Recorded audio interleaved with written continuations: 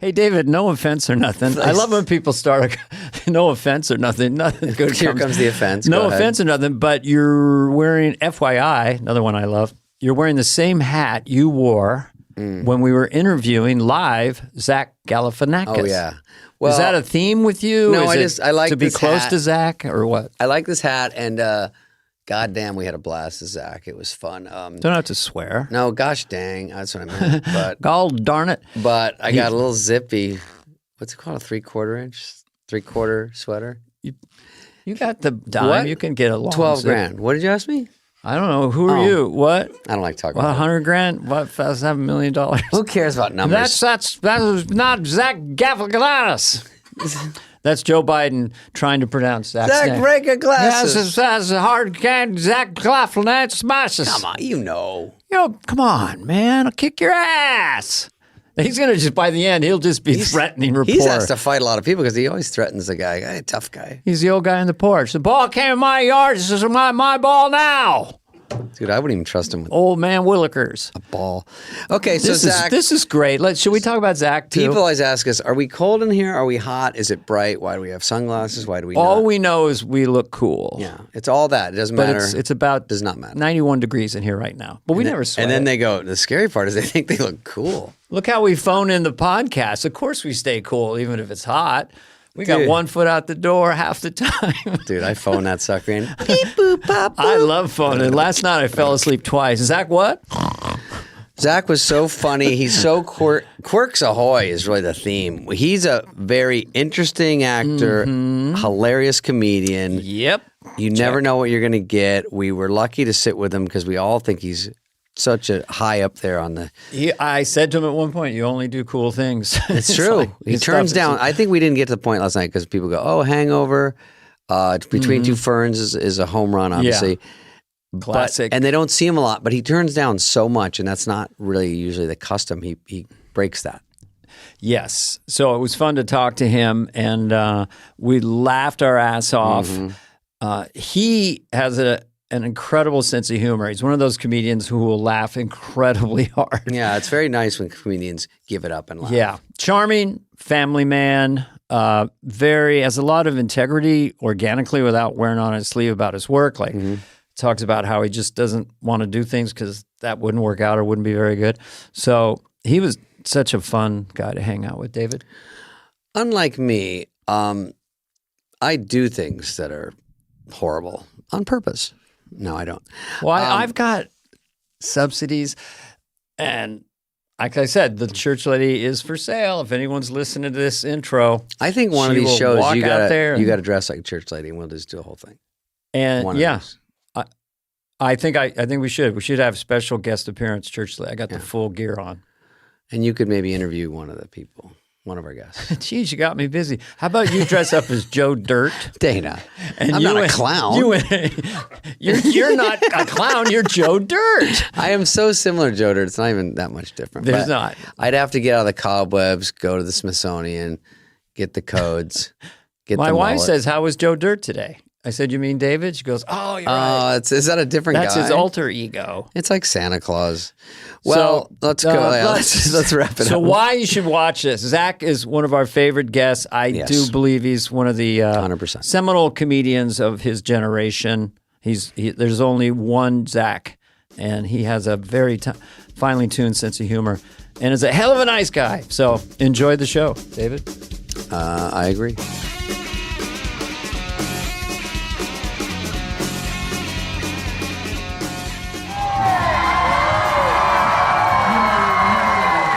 Hey! Yeah, you go there. It started. It's already almost over. Okay. It's a great song. I thought it was good, you know. I did an impression within the first 20 seconds. Damn, this chair, look at our chair differential. The fuck? I'm like a Muppet. You're like 6'2" in that thing. I'll go closer. I'm going to get up front and be like this. What's up, Zach? What? Sorry. Where, is Zach here yet? I got up at 6. That's it. We're warning I'm them just it's going to be punchy. bad. I'm punchy. I'm overtired. right. I'm like a baby. I'm overtired. Let's bring Zach out because Let's bring him out. Yeah, that's the beginning. All right, Zach. Welcome, Zach Galifianakis. Zach Galifianakis. Shit. It was a little louder for Zach, if anyone's counting.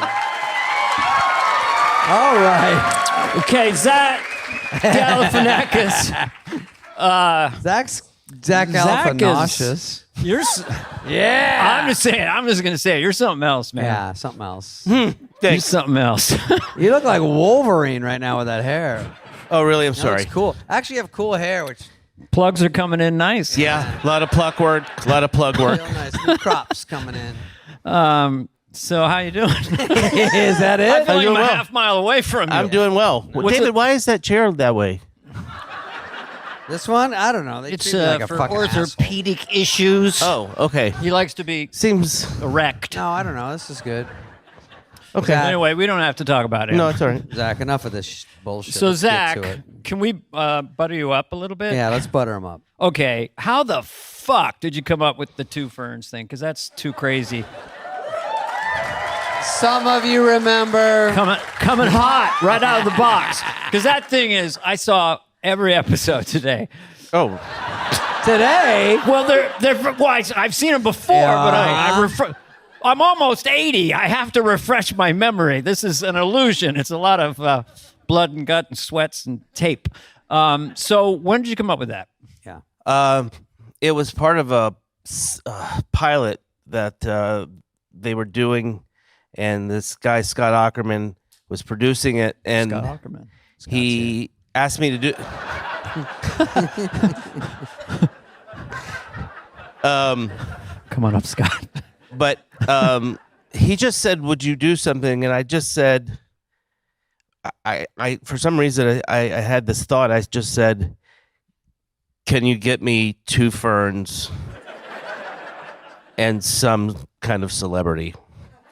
And I had worked at a cable access show or station. I interned one in college, and so I kind of like that world, that kind of low end, Like lo-fi. desperate. Tried a way to communicate. I actually had a taped a class at a cable access show about how to waltz, and I got my two friends. You know, back when you could do this stuff. You can't do it anymore. And we just put them in gowns, and it was a very straight video and dance lessons on cable access on how to waltz with not trying to be funny. Mm-hmm. So that kind of weird world I knew.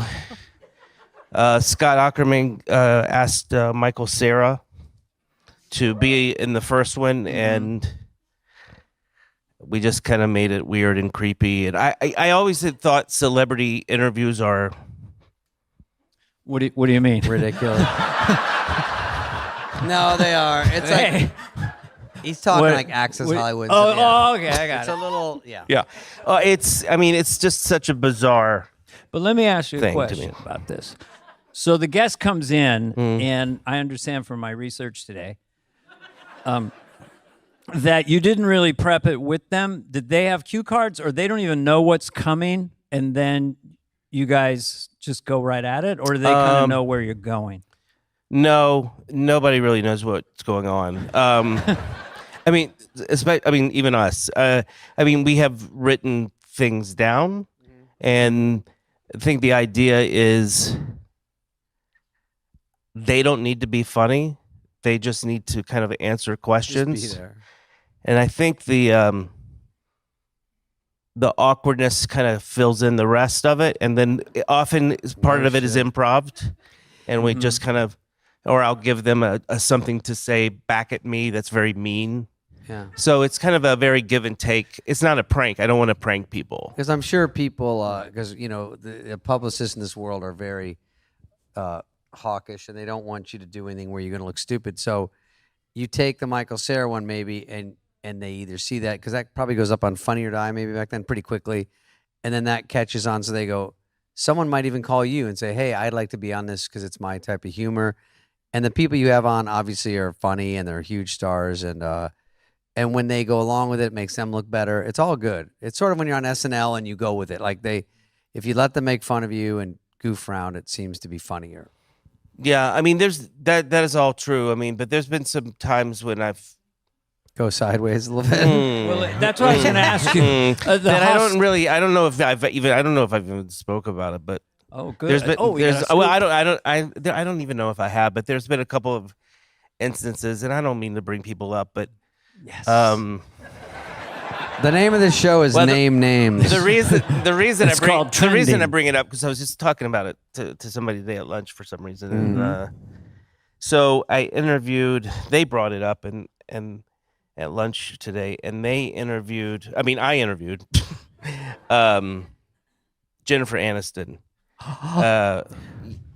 Yeah, you know from reaction, Smart Dana. Water.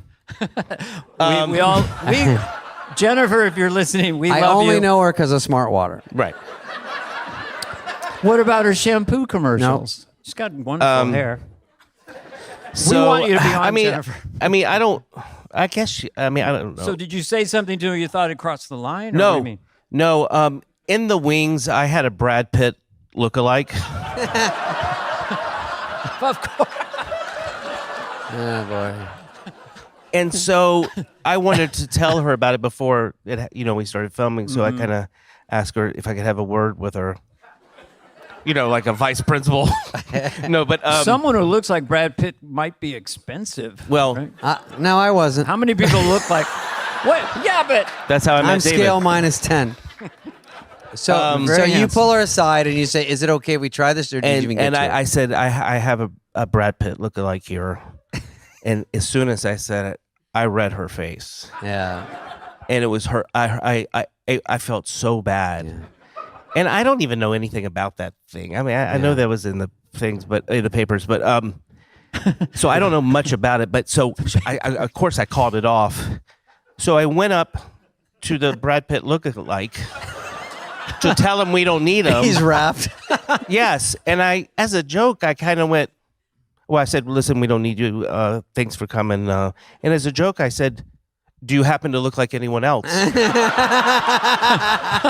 And without pausing, he goes, "Colin Farrell." So there's those little. Don't get rid of me yet. I'm a chameleon. Oh, it's a living. And Jennifer is very funny. Yeah, she's a very funny girl. But I think that might be, they come on there girl, to be he fun. says he's reading the papers. You're calling her a girl. It's 2023, guys. Is she funny? I mean, is she a girl? Yeah, she's great. She should be a woman. I guess you Oh, call I'm her sorry. my boy. Yeah, I'm sorry. My I say boy. girl a lot. But she is very We talk fun about person. this. I think when they go on, they kind of know what they're getting into, and then it probably goes a hair farther than they think, and Yeah, I mean, I think the idea is to try to rattle them a little bit. as much as you can read people and push it. There's been a couple of times that Yeah, I was going to ask you about that. what Well, has there been times where, like, would you do one with Mike Tyson? I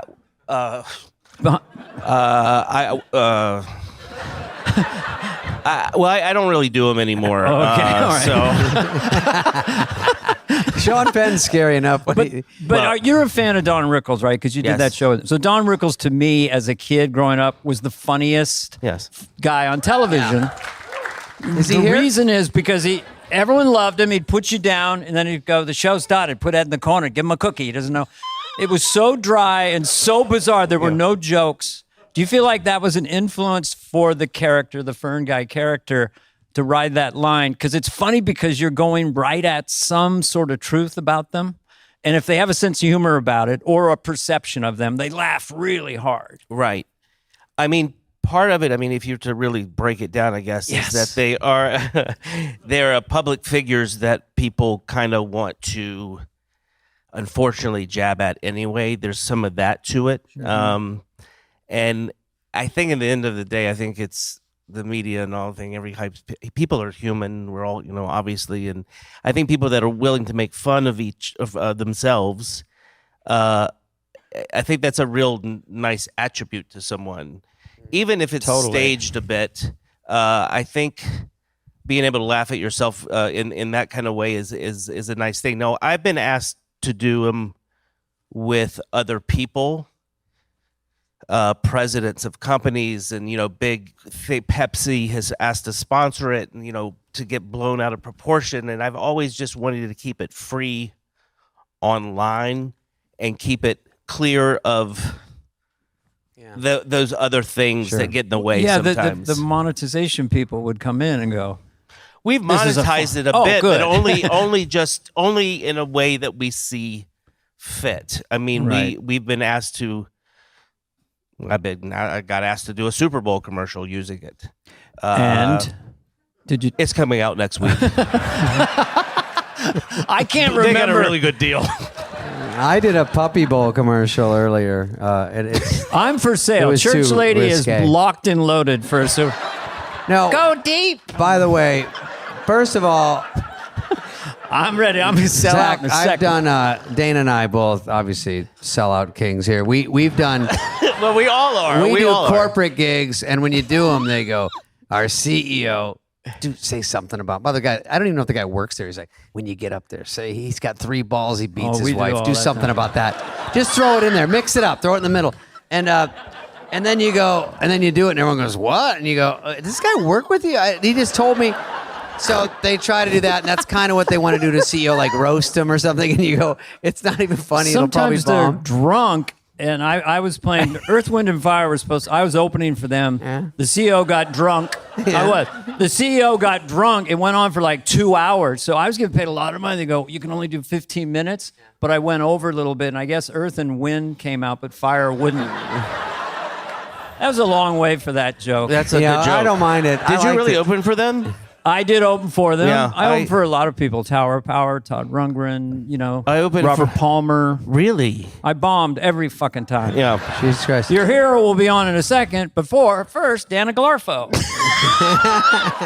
They must have ruined your name when you first Oh started my doing God! stand-up. Everybody. I mean, How would they say geez. it? Well, they just tried to make it sound somewhat ethnic, and they're like, "Give it up for Baklava Rodriguez." Was But in high school, I was Zach Galifianakis, which is That hurts. I was Weren't Dana you Car homeschooled? Keys. Oh. Now, Zach, by the way, I'm going to come back to that.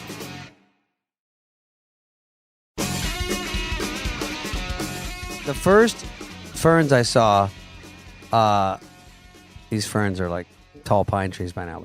But when I saw the first one, I didn't know what it was. Someone just sent it to me, or said, "Look at this."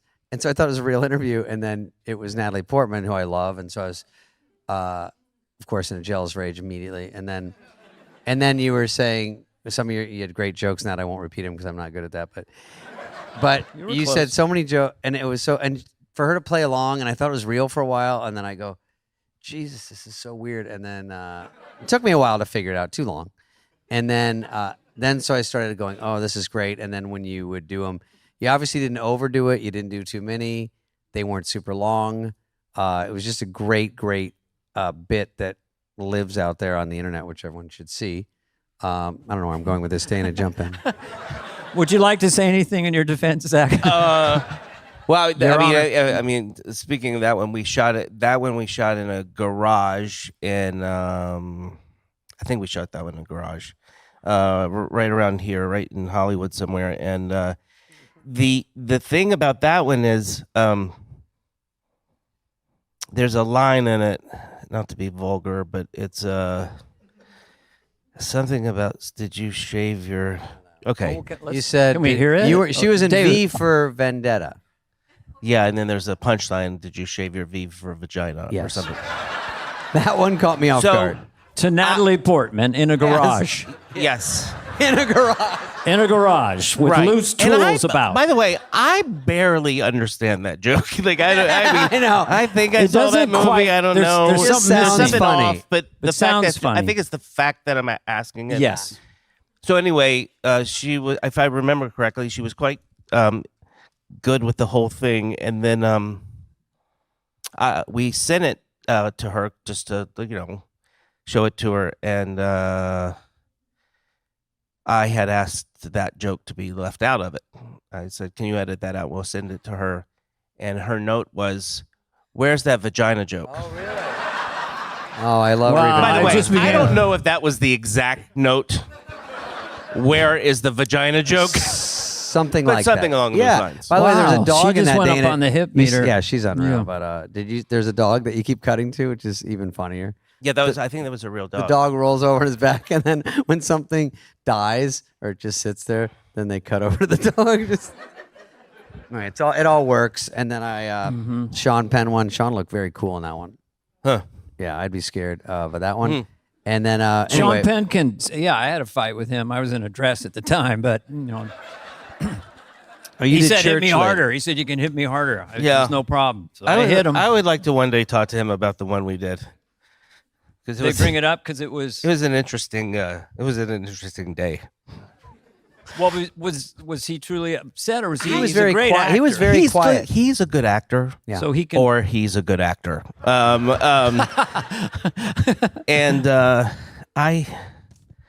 I think he may have been ready to deck me in real life. I don't know. Maybe he was doing a method thing, and I don't. So it was he tricky. he held it so serious that you weren't sure if he was serious. He might have been kidding. and I have worked with him. I mean, not that I know him, but you know, he has a good sense of humor. Yes. He really does. funny. Yeah. Yes. Huge laugher, and it loves to go see stand up. But I in that moment, it was. I remember it watching was that. odd. Was it something you? Was it a line that you gave? him You that said felt something because tweaked him? weren't you playing your brother or something in that I whole was thing? playing this overly over the. Well, it's not really over top. There are people like this in the South. Really into him for the wrong reasons type person. Okay, and how does that guy talk? Well, it's based on a character I used to do in high school called I think his name was the effeminate racist, and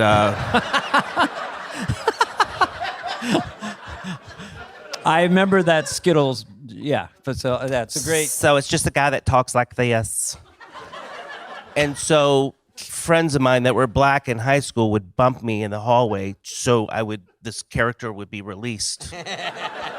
And I would say to them, my mom told me not to talk to black people. And they Go crazy. would Love die laughing because they understood at the time that I was mocking it all.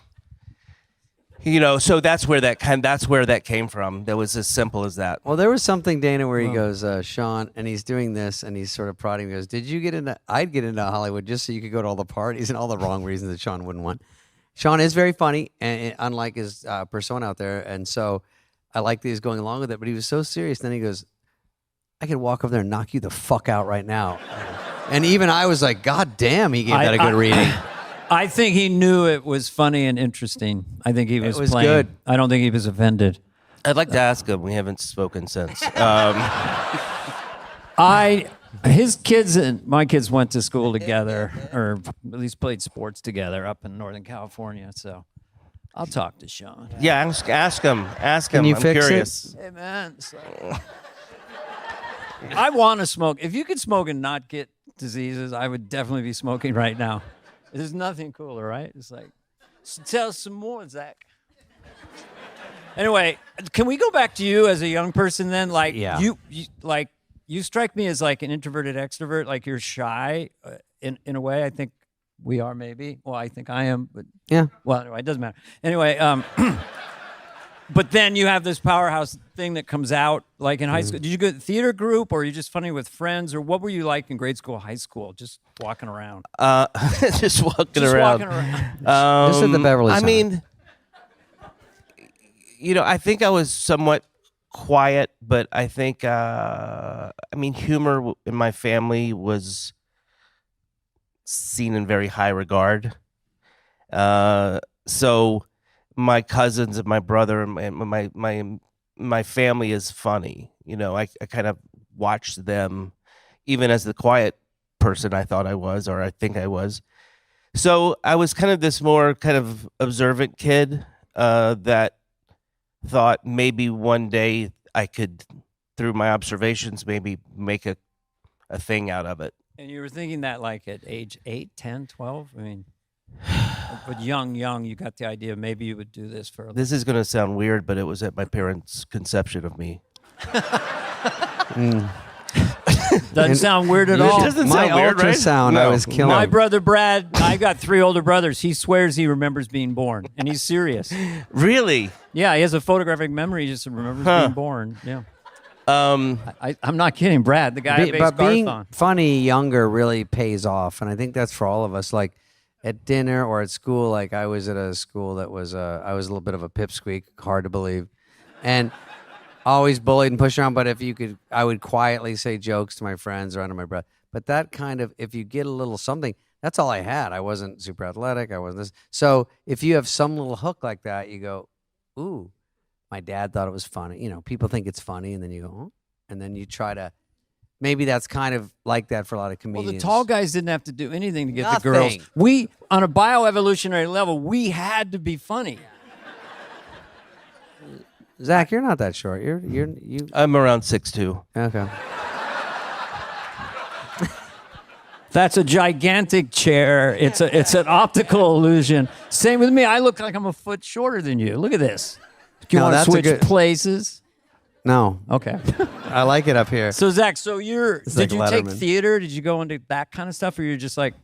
Or were you No, straight friends? I just was not. I never did. I did public speaking competitions. Well, I did that once. How's that competition? Just say a lot. It sounds good. Well, my better. mom wrote the speech, and it was called "You and I and Tomorrow." Seriously? Yeah, that was the name of it. Really? Yeah.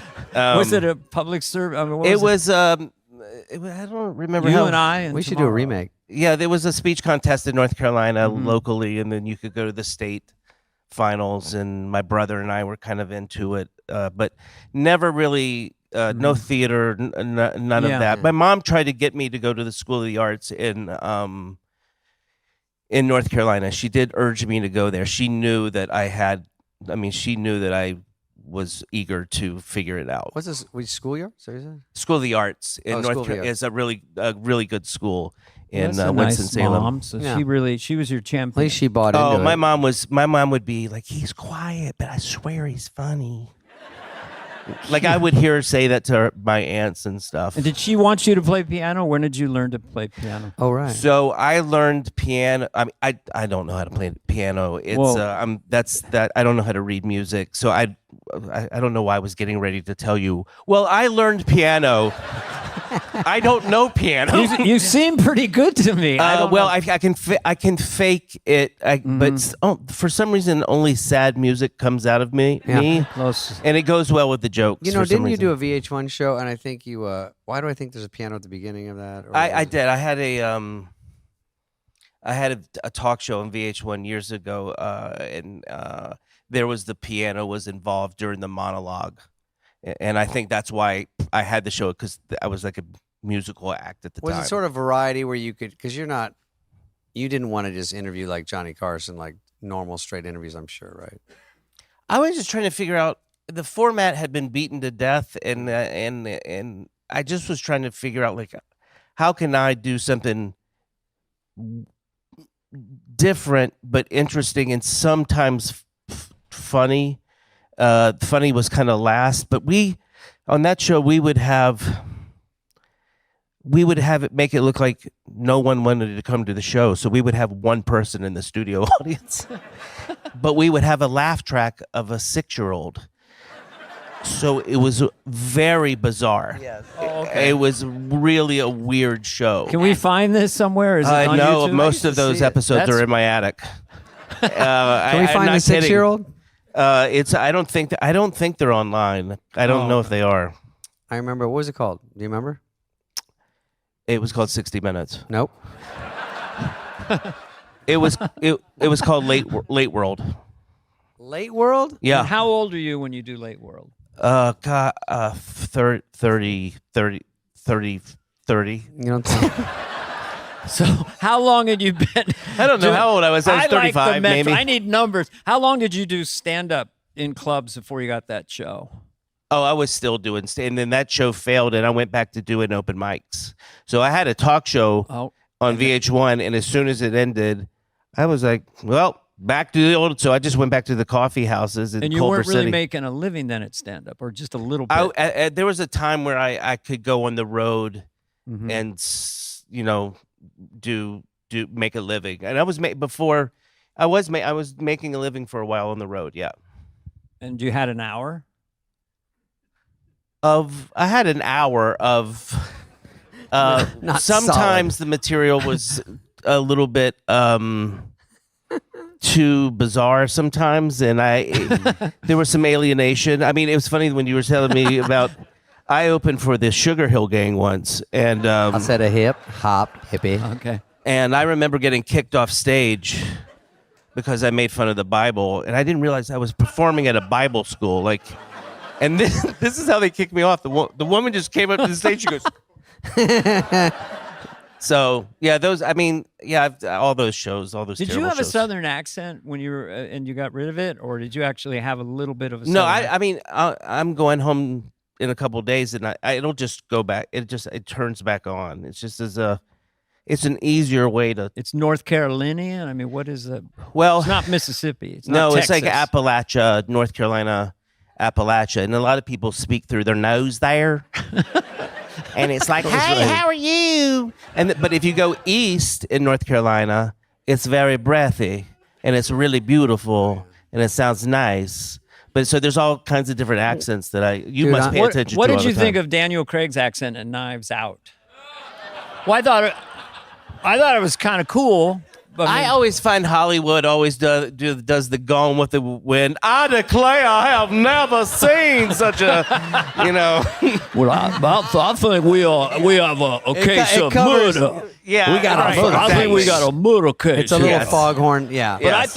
I thought it was great. I mean, he's a cool. It just has to be funny or sound weird. yeah, I think yeah, no one's it's fact checking it. entertaining. But you can go through Except all you. the Southern accents. I'm pretty good with knowing where in the South someone might be from. I'm pretty good at it.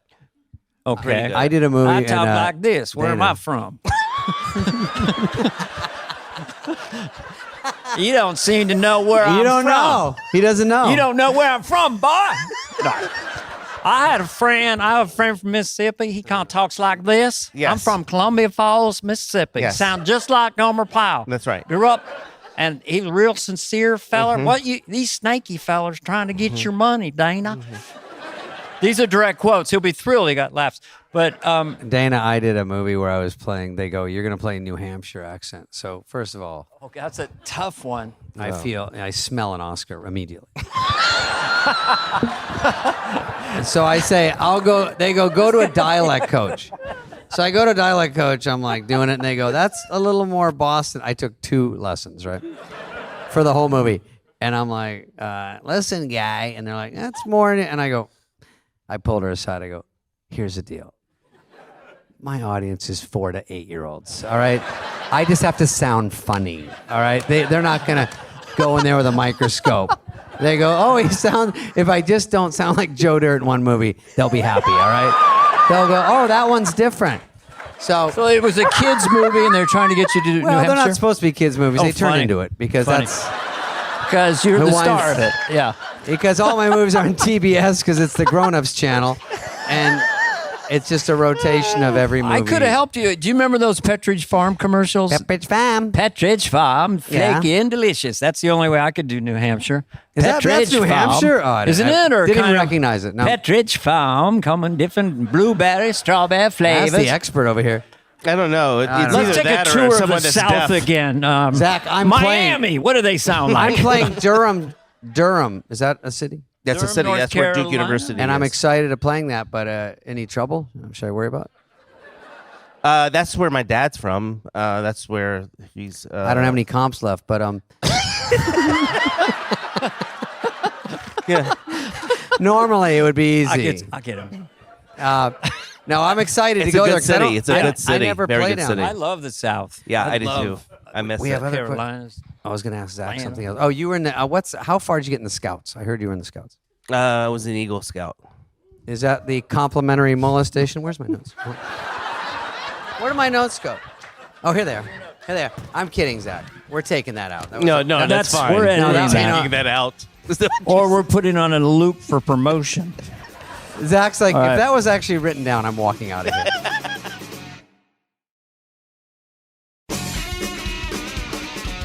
Oh, well, let's ask him about. What do you wanna ask him about? I want to. Well, we can talk about the Hangover for a minute. You were in the Hangover. This is like the theater Well, show. Hangover was like You were in the um, Hangover, and then everyone that applauds. calls Applaud!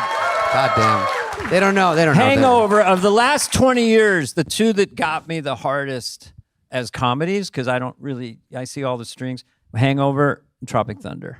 Yeah. Those are the two that caught me flat-footed. Yeah. And you were in which one? I was in. Sorry.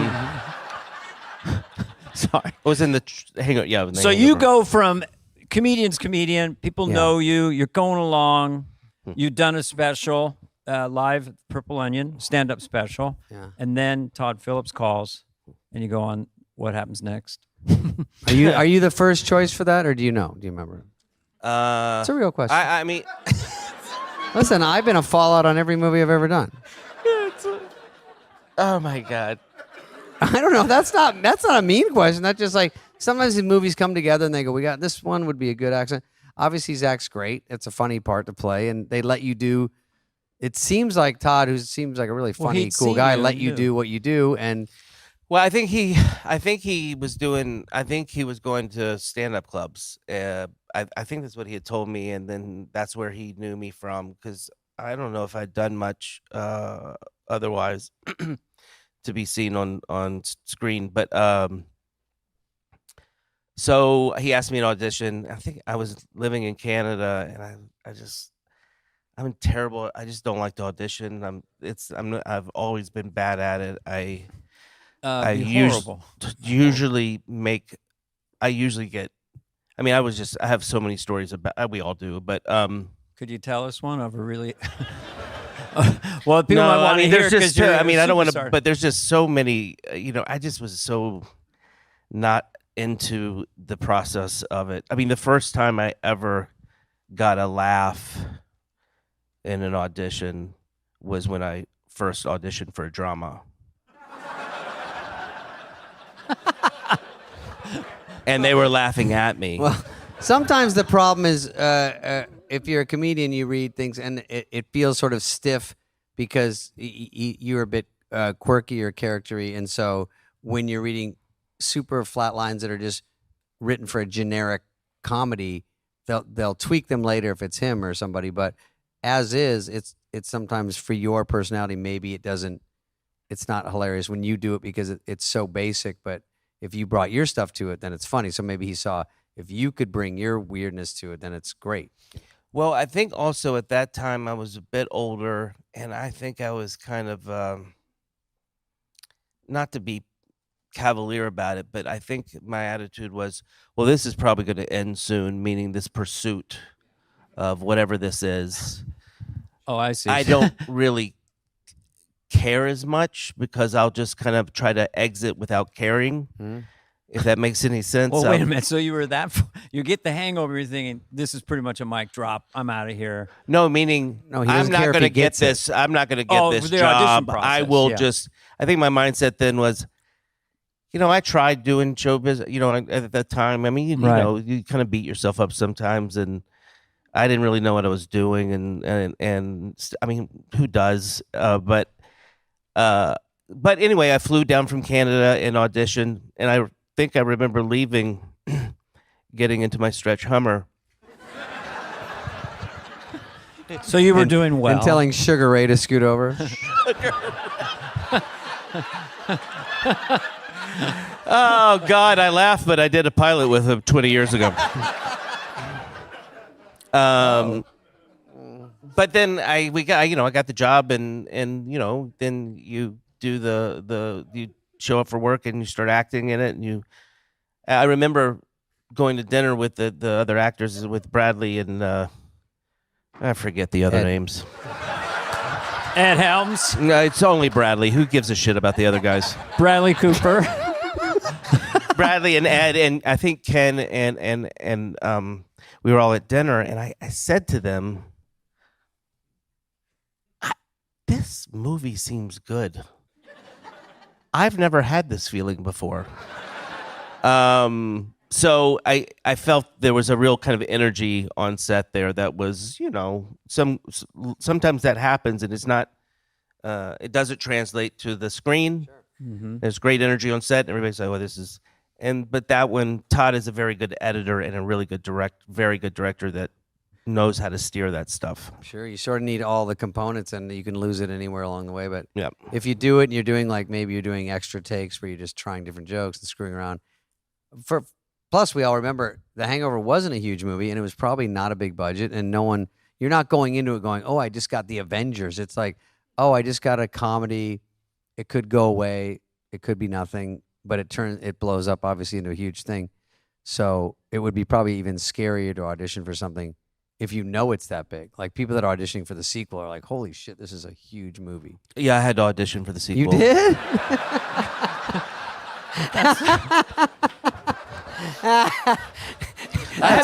Hollywood.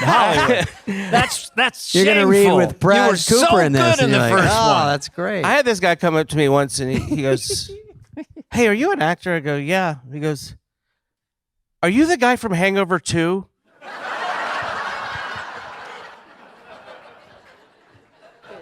I don't even know how I answered. I think I just walked away. I didn't know what to. Where's the baby now? You still stay in touch? They didn't like Todd. He had a baby. That sounds like Brody. Brody. Oh my God. Brody Stevens is a great comedian. And Zach was very good friends. I was friends with. Away. He toured with me for a while at the very end and passed away. And God, I was just thinking today because I knew you were close with Brody, and so I was clicking from your stuff because I don't know who you are, and I was clicking from you, and then I'm jumping over to Brody's shit trying to remember all his jokes, and I just saw a clip of him, classic Brody, not bombing but getting so mad at the crowd, and the crowd's like, we didn't do anything wrong. They're just not laughing that much, right? And he's going arms crossed, negative. And he was doing all his jokes. I'm dating a girl from Greece, the movie. She's 75. You know how many I was trying to think of all these jokes he has, Dana. I don't know if you knew him. And everyone, I remember. We'd stand in the back and laugh. That talk show on VH1 I was talking about earlier, he was the warm-up guy. Yeah. And I would peek behind the curtain to see what was going on. And Brody just would be going, Whopper or Big Mac, you make the call. That's actually probably pretty good. I mean, for a warm-up guy, just energy, right? You know what? He did it on our Lights Out show, and I'd peek my head at the same thing, and they go, hey, something's going on out there, and he goes, you're negative, you don't deserve David Spade. He was in Police Academy 4. He's from Michigan, and he's not coming out until I give the green light. And I'm going, what? Why is he yelling at the crowd? And the crowd is like 9 people, but he had so many goddamn fucking. One of my favorite jokes. moments with him, is it's early on, and we were hanging out. We were at my apartment in Santa Monica, and Margaret Cho was on television, and we were just watching in silence. I don't mean it like that, but we're just watching it, and after a couple minutes, Brody just yells at the TV, not trying to be funny. She had a sitcom. Why come me don't have one? Why come me? Why come me don't have one? He answered his own question. He goes, I'm doing pretty well in show business. I'm finally able to take my mom out to lunch and pay for half.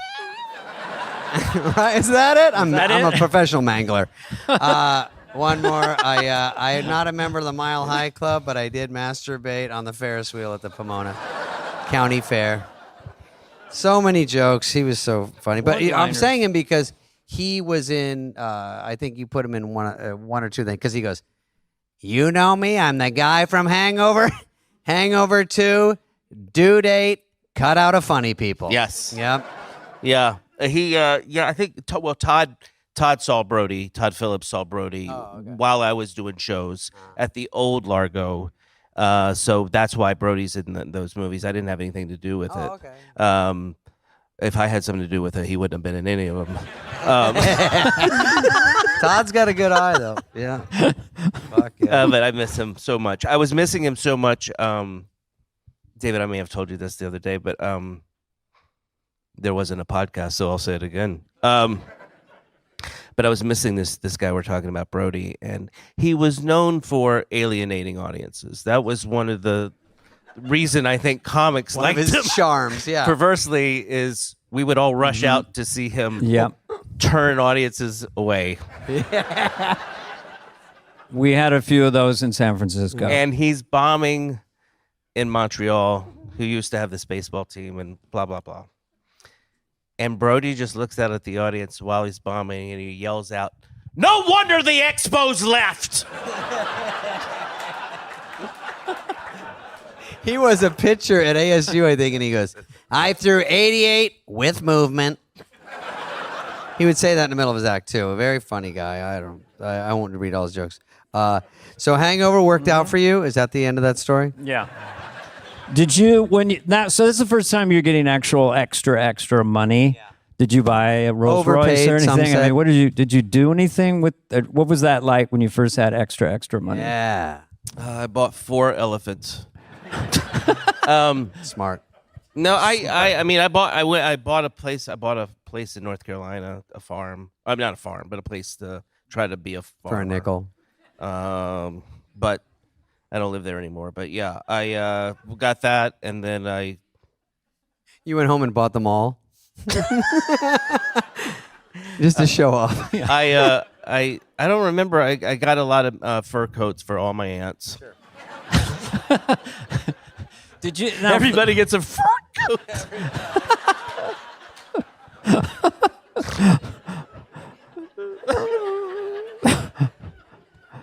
Did you like to farm, right?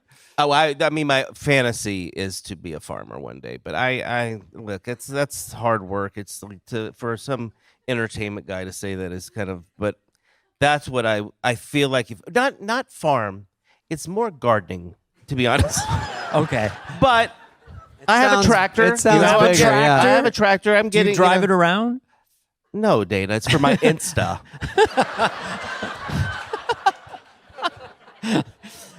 But gardening, I like to work it. with my hands. Yeah. I masturbate, ladies and gentlemen. You got it.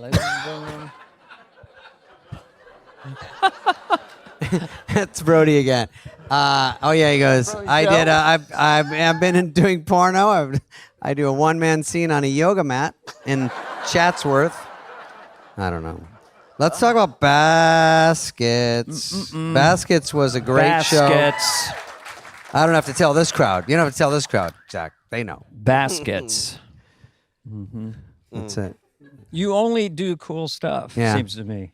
I've done a lot of shit. Cool. You do a lot of cool stuff. You do cool stuff. It seems like you do it on your own terms. Like they let you do your thing, which isn't always the case with everyone, and it's sort of the dream for any comedian. Like, let me just do my own thing. Like Curb is always an example of like that would be fun to do something like that where you could just do your own thing. And it's very, very hard to do those things. I mean, people look at it and go, "That's such a great show," or Baskets, but to write it, cast it well, make it make sense, all that stuff is exhausting.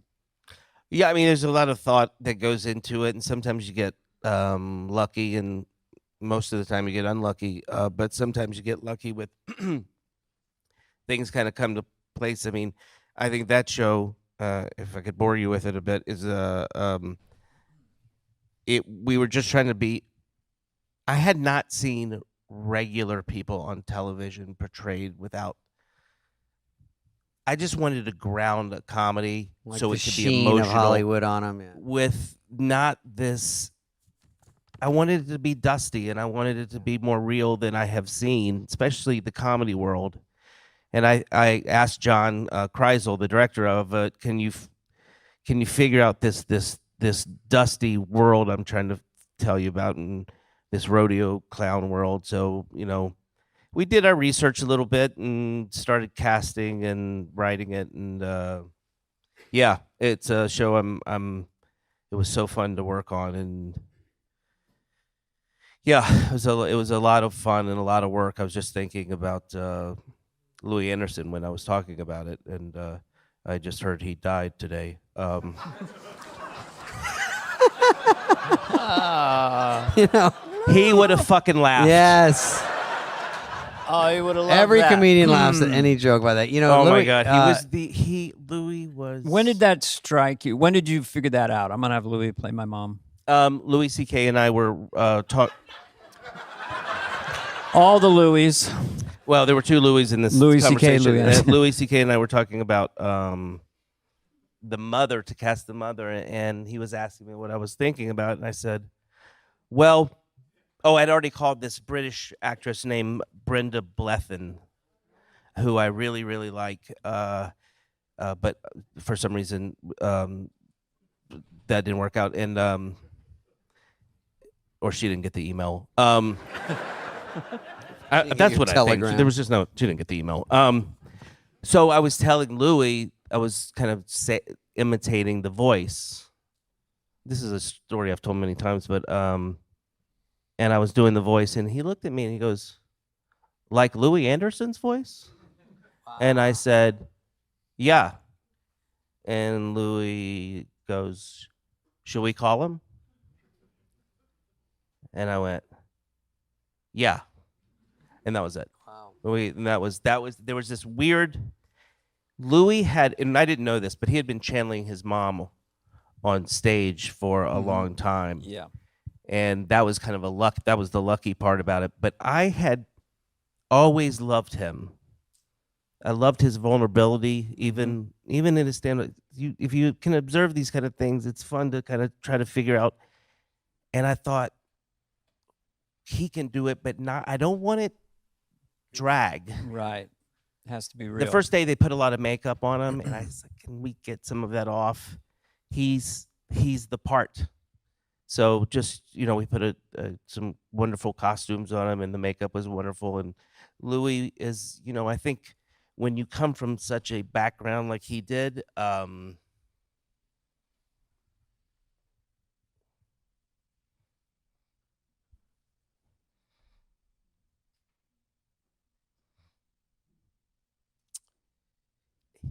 think his tenderness came from pain on cue. Jesus. I told my manager, it's like, What if a I say ruiner. something cool, Someone ruined make sure you beep something. If I get choked up talking about Louis, beep it so it breaks up the ice. This is a good audience. But no, I think Louis had this thing in him that was really could throw it out. Heartbreaking Yes. pathos in his stand-up, Yes. and a brilliant stand-up and storyteller. But on set, I would laugh at work with he him. was funny every second. Oh my Yeah. God. Yeah. God, he just was so great. Mm-hmm. You probably knew Louis. I when I first got to town when I was 20. This is at least 8 years ago. I was so I don't know where I saw Louis somewhere and I didn't know him. I was in the hallway at the Improv, but he was nice, and I was trying to audition at the Improv or the Comedy Store. Those are the big ones to get in. And but I was 20 and I had an okay act. I had about 8 minutes, and so he says, "Why don't you audition for Mitzi?" And I go, "Oh, I don't even know how to do that." And he said, "I'll bring you down." So I went down there, met him. He went and told Mitzi on like their audition night, and I went in the Comedy Store right here. Did my set, did okay. Came out on the sidewalk on Sunset and just stood there. And he came out and he goes, "She didn't like you."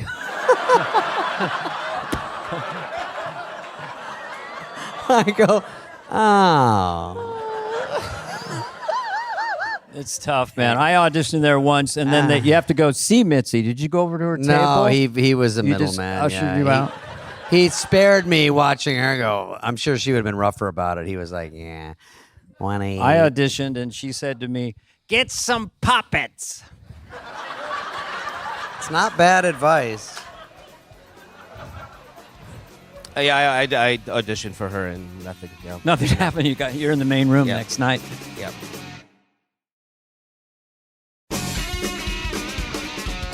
Do you have any? There's nothing else to ask. Nothing else to ask? Knows Fiona Apple. Check. Do you want to do some? Oh wait, SNL. We had to ask about SNL. Remember? This whole thing is about Okay. SNL. God damn, Danny, you forgot why. I watched both your monologues today. I'd seen them before. Danny had a big day. I'm telling you, I've been researching for 11 hours. No, Saturday Night Live, 2010, 2011, hosting both times. Yeah. And someone today mentioned you and Kenan Thompson's What's Up with That? What's up with that? Was he in that? And you came out, this guy with this long flute in this weird jumpsuit. Yep. And it's a very Was that potent. the double-sided flute? Yeah. Does it? You guys remember that? Dextria's flute? Yeah. Oh, You just came. You had no lines. You just came out, I played, didn't and even know that pranced. was you. I saw it. Yeah. But it was something very indelible about that. Yeah. I remember that. It was. I still have I have the jumpsuit. It's in my closet.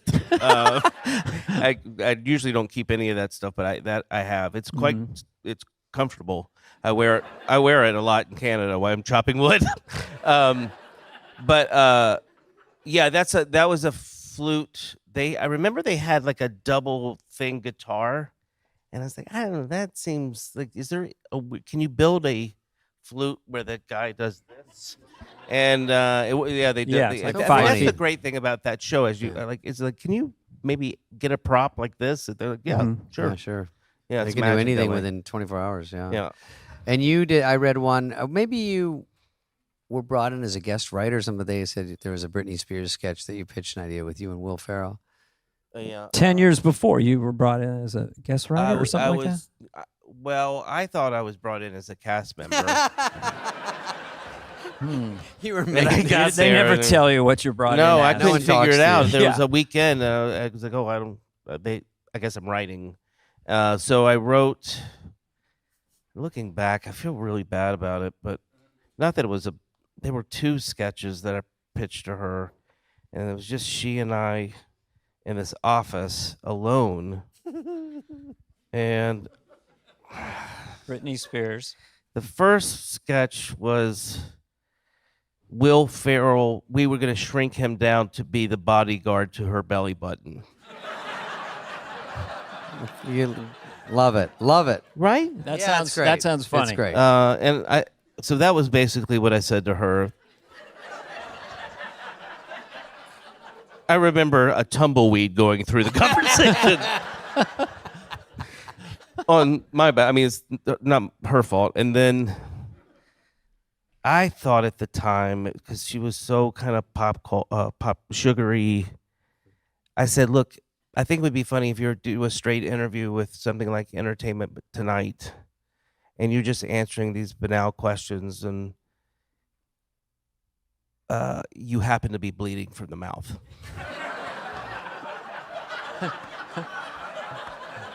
I like that. I like it too. This sounds like And a she Monday. just That bit. sounds a good- I just remember she looked at me, and then I remember looking at the ground, on the ground. and I remember looking back up, and we made eye contact, and she goes, "Yeah, that's funny." Ah. She was nice about it. She seems very She was sweet, very yeah. nice about it, and That's a funny. It That's could've been a a great fish thing hook for or her something, because yeah. of blood coming down and trying to. I mean, it I would've don't been know. nice. I thought maybe it would be kind of a fun thing, but it didn't work. It didn't work for her. Zach, pop stars shouldn't really bleed on air. Rule number 540. So your monologue. I mean, the second one where you stripped your clothes off. You had a little red jumpsuit on, and then you had a board with letters on it.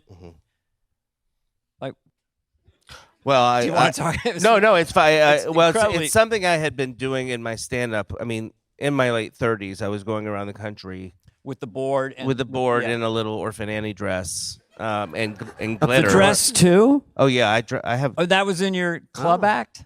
Oh well, I would at this time I was kind of doing bigger. Your club act. Your club act, kid. You got your club act and your I was regular doing act. Uncle Tampon's Comedy Cave in Tampa.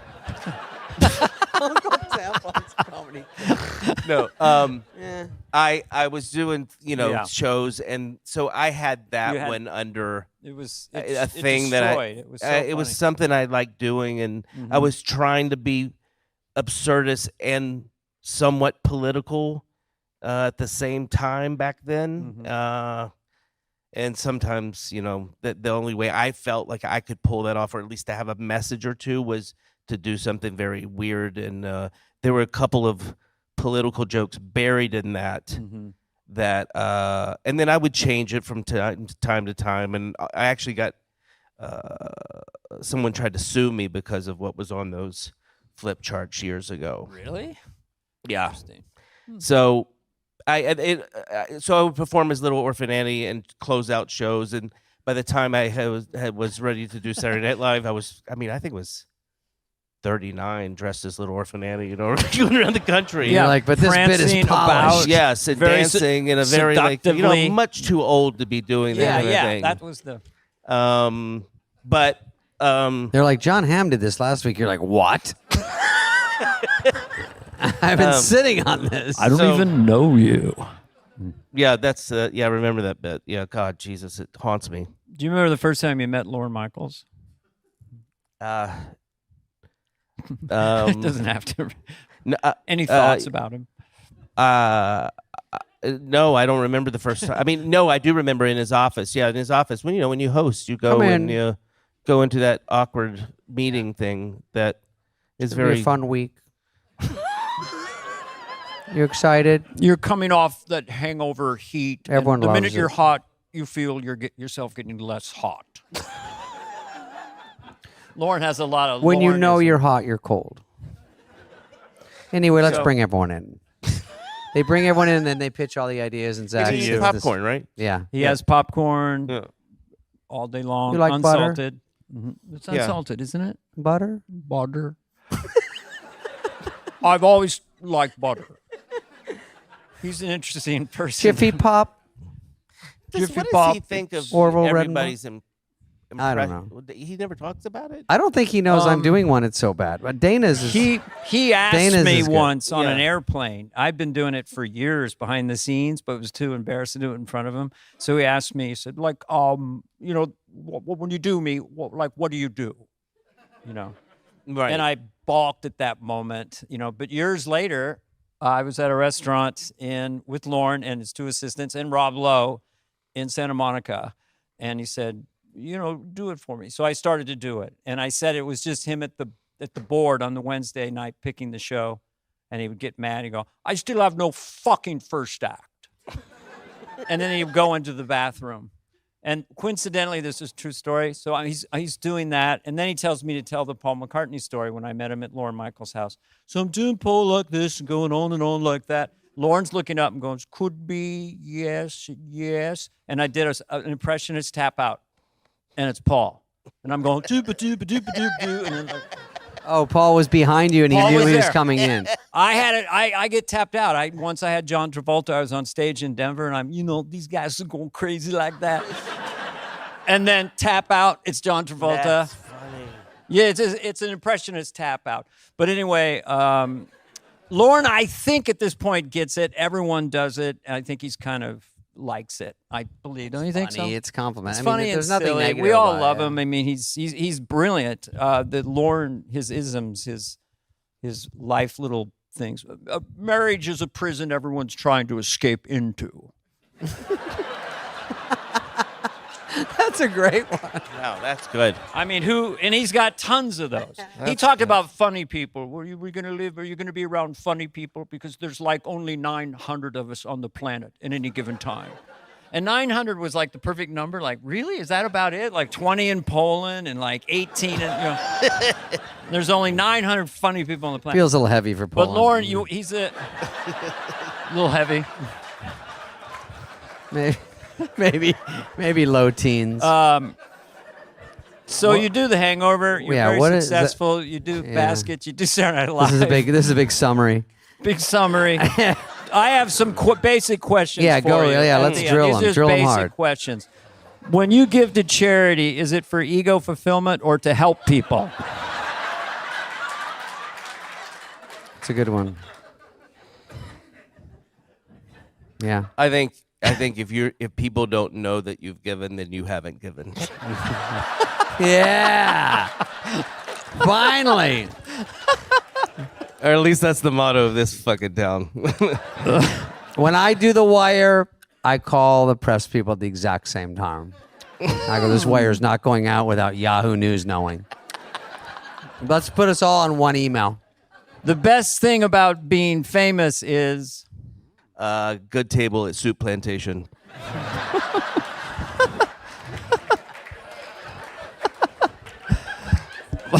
my best feature is hair. Hangover. Hangover. Did you say Hangover? Feature film? No. No, my no. best feature. Oh. I thought it was like looks. That's what I. That's how I took it as looks. Okay. Yes. I have I have good legs. All I have right. nice legs. Would you describe yourself as an empath or a narcissist? There's no middle ground at all. I don't know. I don't even know what just got either of these those out of a mean. book You know today. what an empath is? Not and a really. narcissist. Empath is somebody like empathy. you feel feelings. Oh, I do. Okay, I'm that one. Yeah. You are so totally that one. I am.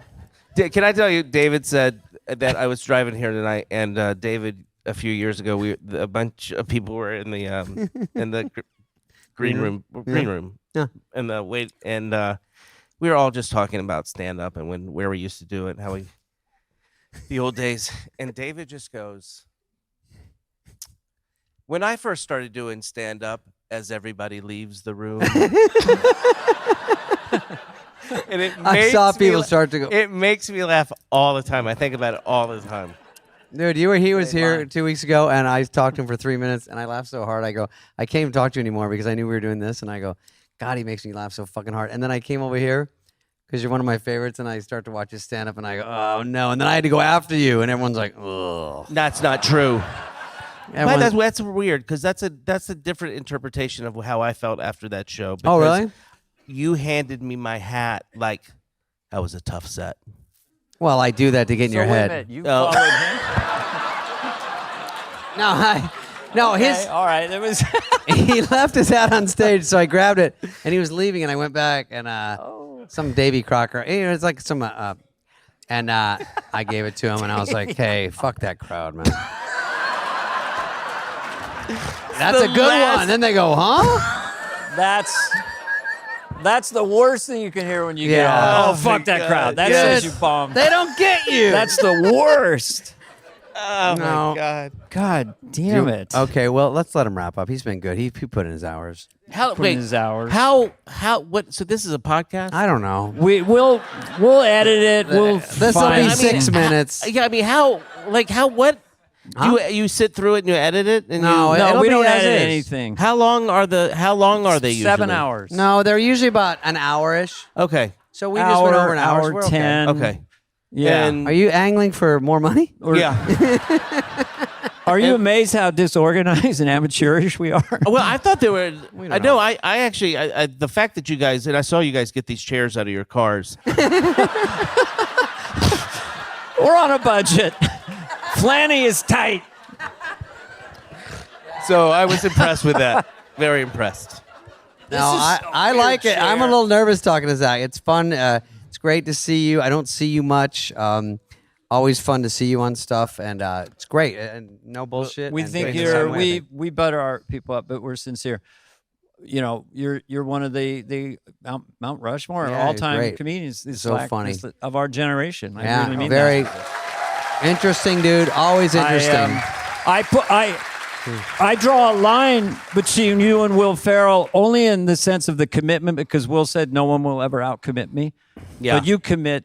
No one can outcommit you. Yeah. Well, Will is one of those guys that Jesus, that the way he I'm so funny. goes and even does like side bits when you're at work that that man is. I remember when we were working together at the time, it was the terrible. Yeah, and the news was the terrible Penn State.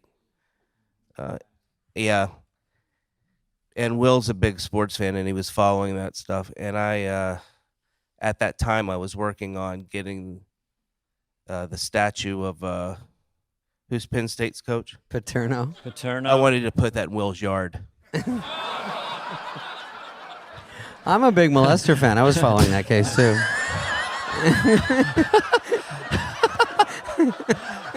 It's gonna be a very interesting podcast. okay. You're revealing yourself. That's good. okay now. Supposed to be authentic. I know. These are all just, I don't know. We're at Largo. It doesn't matter. It's Largo, but thanks. Thanks, Zach. Thanks, Zach. Thanks, Dana. Thanks, Thank you. David. Thank you, Zach, guys. thank you Thanks very for much. coming Thanks on. to the audience. Thank you. I appreciate it. Have a great night. Hey, Dana, this is going to be Chris Kattan this week, and Chris was overlapping with me for a while, maybe you. I was just going to tell you that I got a lot of good feedback from the last couple of shows. Really? Which one? We don't really talk about this. Paul Rudd was on. Will Ferrell obviously was a home run, because he's so entrenched in SNL, and he's one of the all-time greats. And super talent.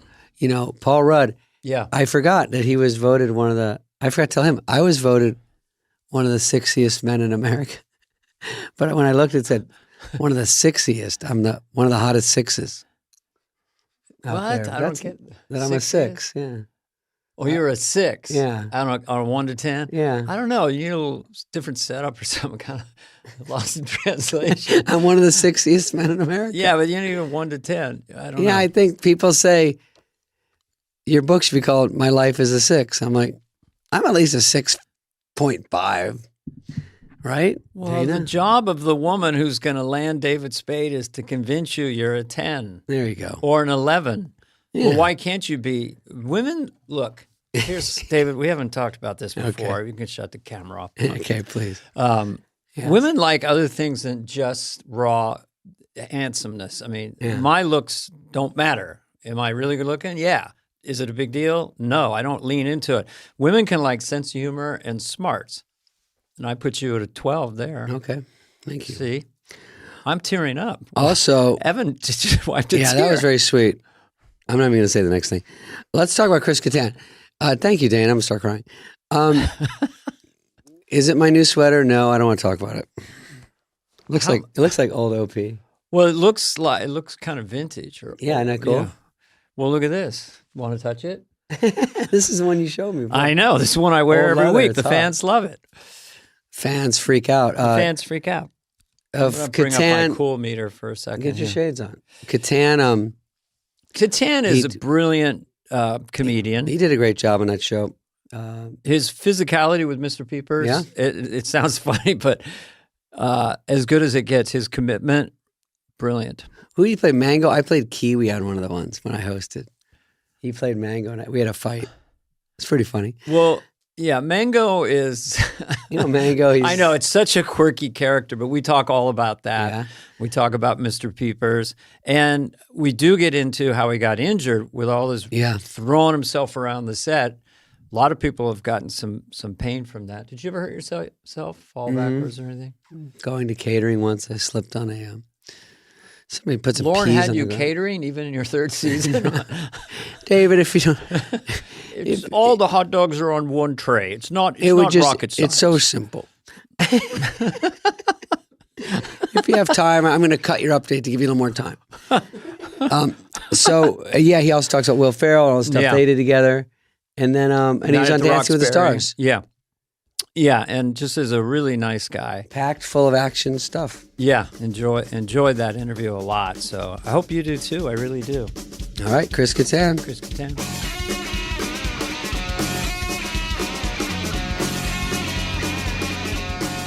Is that better? Yes. All right, Yes. great. You know what the bad news is? Sorry about that technology. We're out of time. No, it's fine. How would Mango have tolerated? How would Mango deal with this stuff?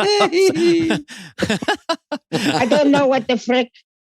What the frick? Hey, Dana, I did a Mango. Chris, do you remember? I do remember that. Are we starting? No. Yeah. Not yet. I do remember that. I was Kiwi, your arch enemy. Yeah, you're a Kiwi, and you got your buddy Chris Rock to be in it too as well, which was very nice of you.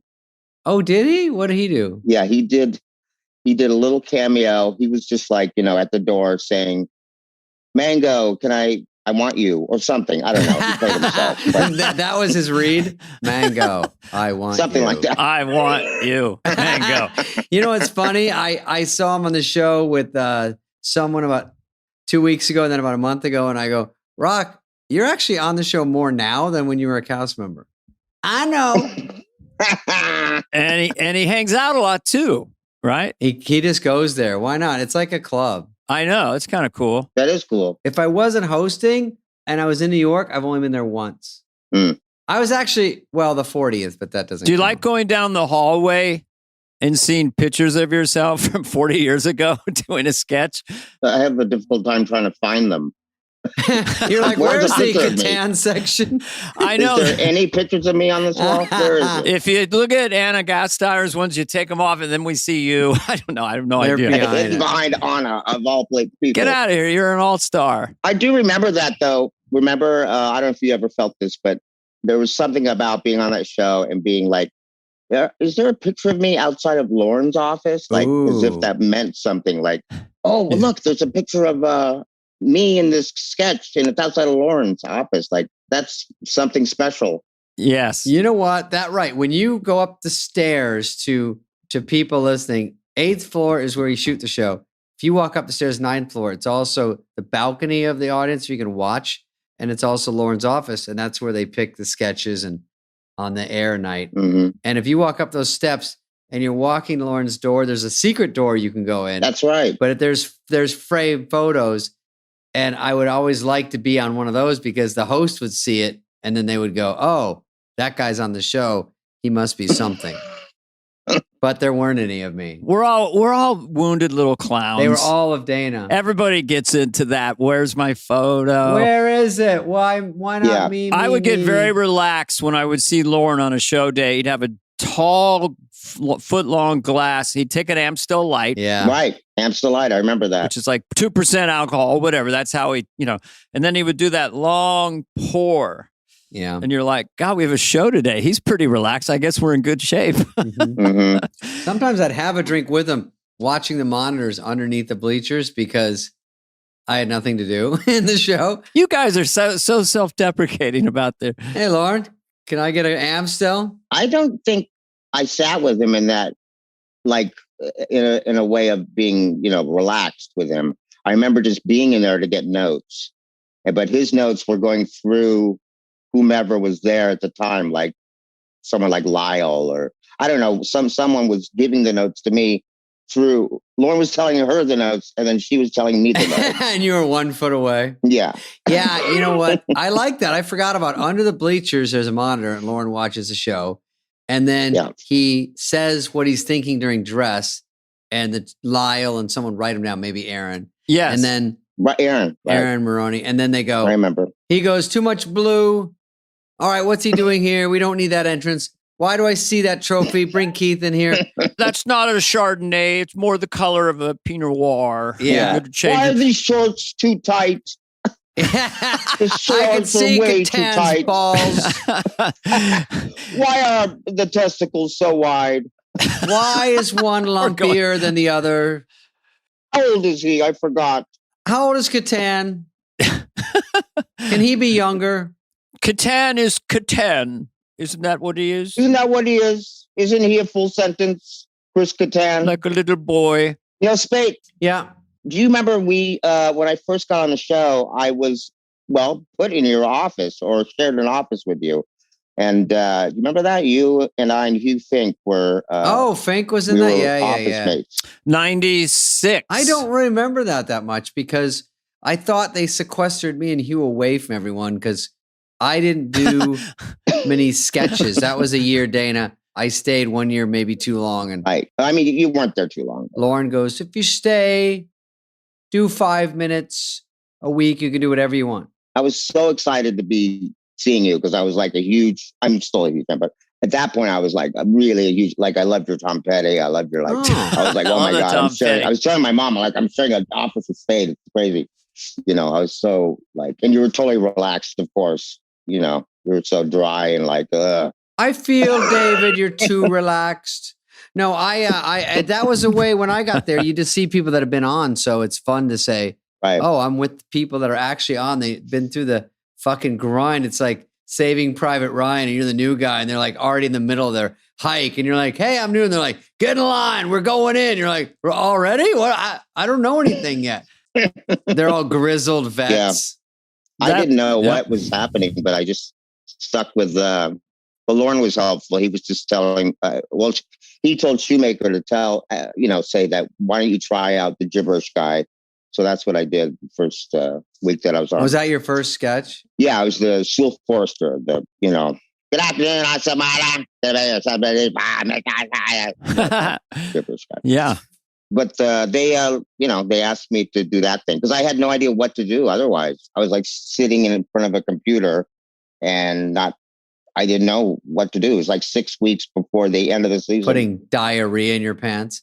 Yeah, you came in mid-season? Actually, 6 weeks before the end of the season, which is not after mid-season. Yeah, I came in 4 weeks before the end. I know that's definitely weird because it's already going. It's already happening and no one's got time for you. Yeah. But I was really excited to be in the same office with you. I was like freaking out. What did you bring from the Groundlings? Or like, they'd say have some stuff in your back pocket. Was the gibberish guy one of those? The Sue Forrester, Mr. Peepers, and Mr. Peepers, the monkey thing, which was made. Thank you very much. Please hold up. Well, I want to talk about Mr. Peepers because I go by like when I watch the show and something is kind of supernatural, like I've never seen before. It never gets out of my brain. And that one was like, wow, this is so different. It's like it's so cool and weird. Was that to eat the apple? That's where I eat the apple and then I dry hump somebody. Yeah. But to turn yourself into a monkey, a human like animal. I'm a half man, half monkey. So that's what I was. That's what he was in your trilogy. He's literally a hybrid, half man, half monkey. Basically, yeah. I was there for a read through the first time. Mr. Peepers, Catan walks out, half man, half monkey, wearing Peels a diaper. his apple, takes a bite. Yeah, what? And then I got on the table to like, I have to show that I can do this physically because it was. Oh no, you got on the table. Oh no, in the read through in front of 60 people. Yeah, people were not very happy about that because you're getting apple shillings on everyone, all over everybody. Don't get juice. Really? Yeah, I got on there. I got even jumped on the main table. The table, and then at one point I went to the window, like behind Lorne, and jumped off there. And I even remember Pete. Yeah, and Piedmont was like, Jesus, Catan. Who was the host? Do you remember? Jesus, Catan. I don't know. Probably like Charlize Theron, or I think it was Charlize Theron. Do you remember, Dana? I wasn't there, but a story where Ben Stiller, Dolly Parton was the host, and I was there. Yeah, what happened? He did U2 or something. Well, Ben stayed up all night working on a U2 sketch. I was the Edge. He was Bono, and Ben decided we would all get up in the read-through room with the 60 people and put on like a sketch. But Ben had a loose vest on with no shirt underneath, and Ben stayed up all night and had not showered. And he put Dolly Parton right up against him, and it was interesting. Poor Ben. Well, she has like double D. Well, I don't know. Why are we talking about that? Anyway, that must have been an interesting sight. I think everyone knows Dolly Parton has big boobs. When Dolly did the show where I'm on the soundstage with Phil and John, and she goes, "Okay, boys, I'll look away so you can look at them. I'm going to look away now." So is that what you said? Look all you want. Get a good I remember look. seeing 9 to 5 as a kid, and I was like, oh. I love 9 to 5. 9 to 5, yeah. Remember that movie with Lily Tomlin and Jane Fonda? Hell yes. I remember her. That's great. So how long were you at Groundlings anyway? How long of stay? And your dad was the beginning. He started it with people basically, which is amazing. He was one of the founders. Yeah. So he was in the main, or there wasn't a Sunday show then. So yeah, he was one of the main, he was a cast member, original ones with Paul Rubens and, Oh, wow. The apple doesn't fall too far from the tree. But so he was there. He I'm trying to think who else. Lauren Newman and those. Oh wow, that cast, I think, and that's what inspired me. And he's passed away, but he did all the sticky stuff. He was actually in a class that Jerry Lewis taught once in the 50s. Wow. So your dad is doing all this, and then you're a little kid, and so you're being exposed to comedy constantly as a little kid. He watched a lot of old movies. I mean, you guys probably had the same thing. You were educated someplace, somewhere, of some sort of inspiration, and he was what inspired me. I don't know what inspired you, Dana. I mean, you must have were you in the doing To the Mirror kind of thing alone in a jail cell? It was there were 5 kids, Jail cell, 4 boys, 5 kids, and I kind of had a dream of it, like by the time I was 8, 9, or 10, of just being one of those guys on TV. I didn't think movies or even Saturday Night Live. It was just Danny Kaye or, I don't know, Smothers Brothers. So I had a secret dream, but I went into cross country and track. I never took theater. I was a busboy, then a waiter, and I finally got on courage, and I had years of stage fright, like little physical manifestations of trying to do stand-up. So that's how I got into it. But my dad was a high school teacher and my mom was a preschool teacher. But it's interesting to have a dad who specifically, is a comedy sketch wonder kind. Well, it's probably high pressure because they judge, you think they're judging, are you any good? And you're probably not that good. My dad was kind of funny like dads are. And so I'm trying to make him laugh. And my comedy sort of gets shaped by what he thinks is funny. But he took me to Young Frankenstein. And he took me to some movies that he thought was funny. And it kind of made me go, oh, is that, you're going to be a student of your dad's comedy in a weird way, indirectly. What he laughs at. He watched MASH. That was kind of dry. I like that. And so that actually helped. If he was a super cornball, it might have thrown me. Well, you taught me you kind of introduced me to dry humor. I mean, there was other dry comedians, but you, Spade, were like the shit. I mean, you were like, wow, you just totally stamped sarcasm on television, to the ultimate level. And it was really cool to see. I remember that because I was brought up my dad would show me older things like old Hollywood, like the Chaplin, the Keaton, and the Marx Brothers, and Costello. A lot of physicality. Yeah.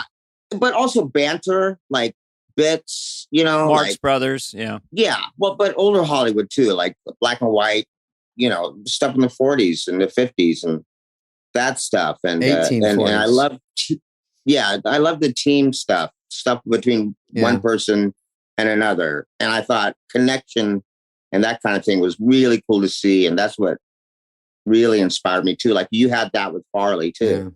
Yeah. And, that was really cool to see. It's funny. I was thinking of Farley the other day because one time I know you have we both have neck troubles sometimes. I think yours pretty bad too. Yours is probably worse at this point, to be honest.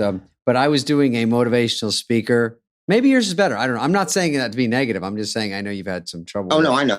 And I'm going to text you. I did a motivational speaker and and he picked me up and he dropped me backwards through a table and it fucking hurt. And I rolled off and he goes, you acted like you were hurt at the end. It ruined it. I go, well, we're already at commercial and it did hurt.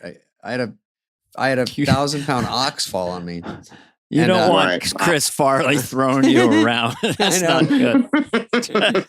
Can we do some jokes? Do I have to be? Anyway, it was funny that then I got up and I was like, ow, but my neck had been bad the whole time. Yeah. I separated my shoulder. It's bothers me to this day, but it's very functional on SNL doing I really was stupid to do it. It was over an ottoman doing like a Dick Van Dyke type thing, but I was Dan Quayle. Just went over and crunched it. And because I don't know, my childhood was pretty rough. I did like 2 more. Then I was walking around with my shoulder up, and Mary Tyler Moore was the host, and her husband was there. He's a doctor. He goes, and I think you separated your shoulder. So, but it was non-surgical. And the next night, I had to do all these quick changes. But anyway, you get hurt in show business. Did they pop it in? No, they didn't pop it in. I got a bump, but I work it a lot. I keep it loose. I broke my ankle on a Sandler movie too, but that's fine. We don't want Sandler listening to this going, I don't know, I can't do Sandler. Were you, I got to a place where I was used to the pain, but I like a trooper, like a football guy, I was like, I just got to keep going. Got to go with it, and rest of the pain and I tell somebody, you know, and like, I don't want to. I did tell somebody, but I was just still like embarrassed by it. Yeah. Well, it's also what you don't want instinctually, because I had the bypass when I was 42. You don't want, some people like to be pitied. I find it an uncomfortable emotion of this sort of like, Yeah. oh, Chris. Right. So I do understand the idea of like, let's just not make this become my trademark or how people see me. Right. And so for years I had that. Yeah. Yeah. Oh, do you feel okay today? You know, that well-intended people, by the way, but you know. I do that when I'm on a movie and they go, Spade's got a bad neck. And then by the time it gets around the crew, they're like, you have to go up on this this step of this ladder. It's about 6 inches up. Do you need help? Should we get your guy in here to do it? And I go, I can step up a step. Okay, you don't have to do anything. We'll bring your stuntman in. We'll bring him in for the day. My stuntman was literally in the wings at all times, smoking, going, I think I should do this one. I'm like, it's just shaking hands with someone. He's like, you know, we don't need you to throw your shoulder out because you're the biggest pussy in America. Did your stuntman look like you? He sort of does. I think I still have the same one. I think I'm starting to look older than them so much we have to get a new one. It gets older and older with me. But we had a good one, and they love doing stunts, man. It's so funny on movies. I didn't realize till later they get paid per stunt. So if they look at the monitor and everyone goes, I liked it. You want to do it again? They go, yeah. And I go, oh, he wants to do it again. And the stuntman once said, the head of it goes, coordinator goes, he's never going to say no. He gets paid every time. So he'll break his neck. He doesn't care. He just has to keep doing it. So I said, oh, let's not put him through it. But it's like bike wipeouts or falling off a cliff. And you go, they love it. They're good at it. I don't know if they love it. They're good. Well, sometimes they love it. I was about to say, I don't know if they love it, but tough job. I had a guy tap out. I had a stunt guy had to go into a big barrel of ice cold goo, like submerged 6 feet under. So you couldn't see or hear. Every orifice was full. And he literally came up and he'd done other stunts. And then he kind of had a panic attack. So I was with Anthony Hopkins. So I had to go get in the goo. And that's where my childhood kicked in. I didn't like it, but fuck it. I'll just do it. You know, doesn't Anthony Hopkins do his own stunts? That's what I hear. Are you talking about Tony? Oh, gross. Anthony Hopkins and I call him Tone. Yeah, I called him Hoppy by the end, but it's not a competition. Listen, we bonded over our mutual crazy fathers. And then the last day of shooting, he kind of sounded like Robin Williams. He's so charismatic, just bizarre in a chair. Oh, do you want to come in my trailer for lunch? So I'm like, yeah, that'd be great. But then a woman from Entertainment Tonight was there and says, well, you're scheduled to do this interview. And she started crying. So I cancel it. And then his assistant, it was the last day of shooting. She said, that was the first time Tony ever invited someone into his trailer. And you fucked him over? But my Entertainment Tonight segment, apparently it was great. Oh, it's great. I'm going to look that up. Regrets, but I loved Entertainment Tonight. I remember when Can you do the theme song? Jody Watley, yeah. Oh yeah. What's his name? Did the theme music to it. Tesh? John Tesh. Yeah, John Tesh. That's right, John Tesh. He wrote the music. Hey, Chris Kattan, when you did Elian Gonzalez, would they let you do that again today, you think? Whoops, cancel. Well, ironically, I'm doing an Elian Gonzalez film. Are you doing a docuseries for Apple TV? Yes. Really? The later days? No. Can you even tell me a little bit of how he talked? We just want to see what the censor, probably the algorithm will shut it down. Yeah. The algorithm will shut it down if it's. Well, picture some child talking softly. Talking softly, that's it. Okay. And you did on the show. I think you did it right. Yeah, I did. And that's so funny. And then right now, I love that you brought that up of all Well, characters. I did Ching Change. If they ever find that, I'm done. no, Sorry, but because we were thinking that there's a lot of stuff where you do something on the show back then. Like I asked Timmy Meadows, could you play a woman now on the show? And he said, I don't know. So like, could you play a Mexican American on a show today? And I don't know if they'd let you do that. Probably not. I did an Antonio Banderas, and I don't think that was. I don't know if I could do Antonio Banderas now. Could I?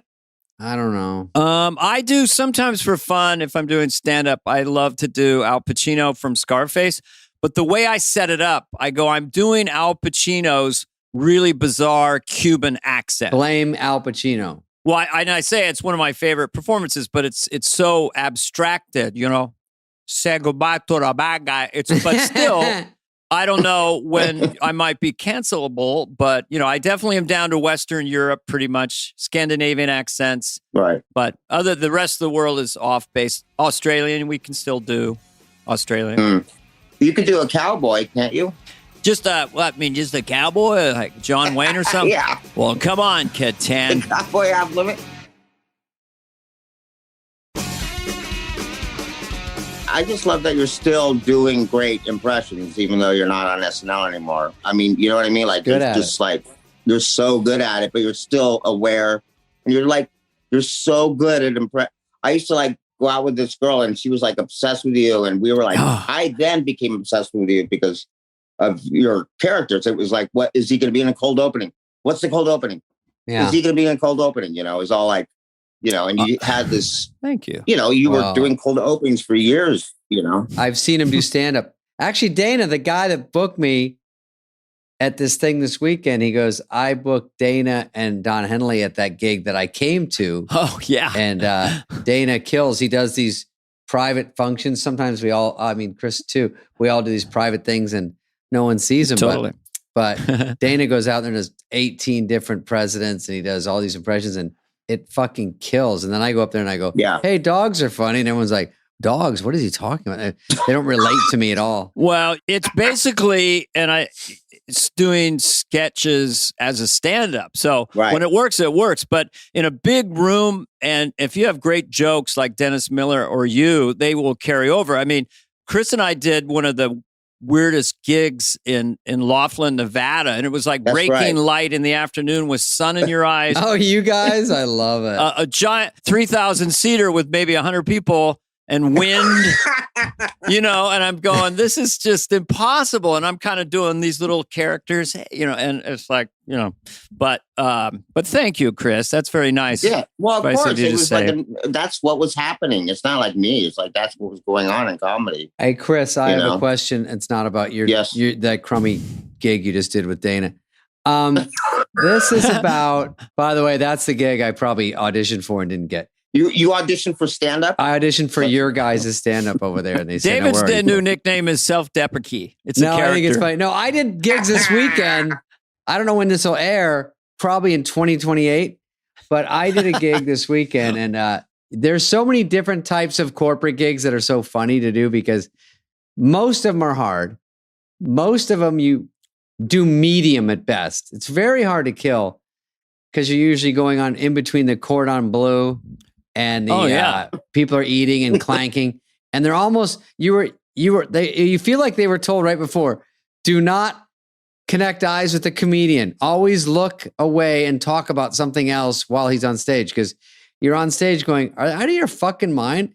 They're like, they're all chuffing in the background. You go, it's so funny. But anyway, I did a gun show once. They all got these big steaks. It was in Reno. Yeah. And now, ladies and gentlemen, the comedy shenanigans at Dana Flurfo. And they just have the fork and knife. Their elbows are way out. Their backs are to me. And they're just chowing down. Every once in a while, they would look over their neck and kind of nod a little bit. And they're like, why is this guy so noisy behind me?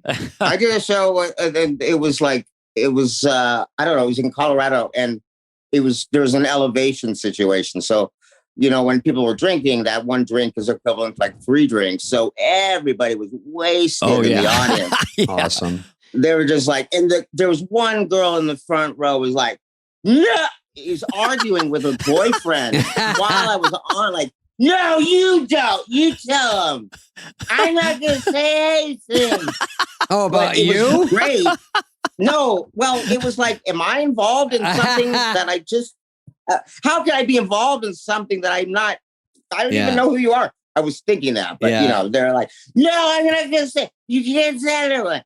And, but it gave me it gave me some material. By the way, did you do a commercial? Was it the What Is Love? Yeah. And that was a commercial with Super Bowl? It was a Super Bowl commercial. Yeah. Nice. Those are nice. Yeah, that was fun. And it was other people doing it, right? To it?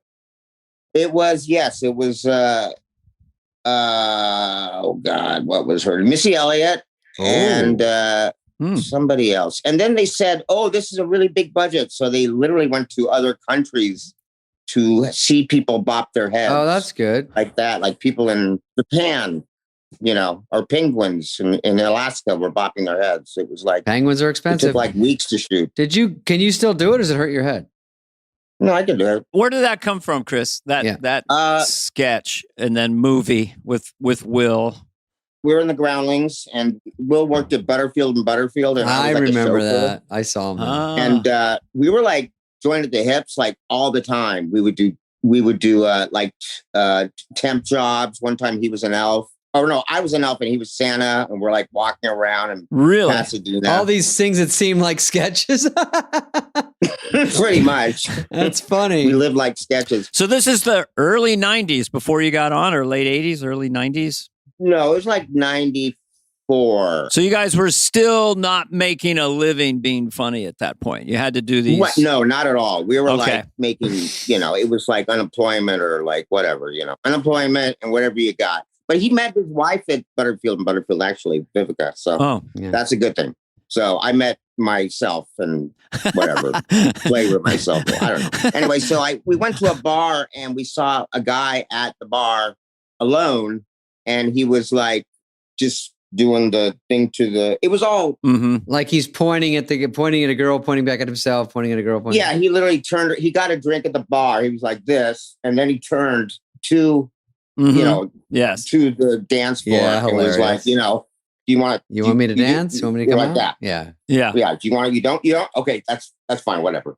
So that was basically it. And we're like, God, that guy is so pathetic.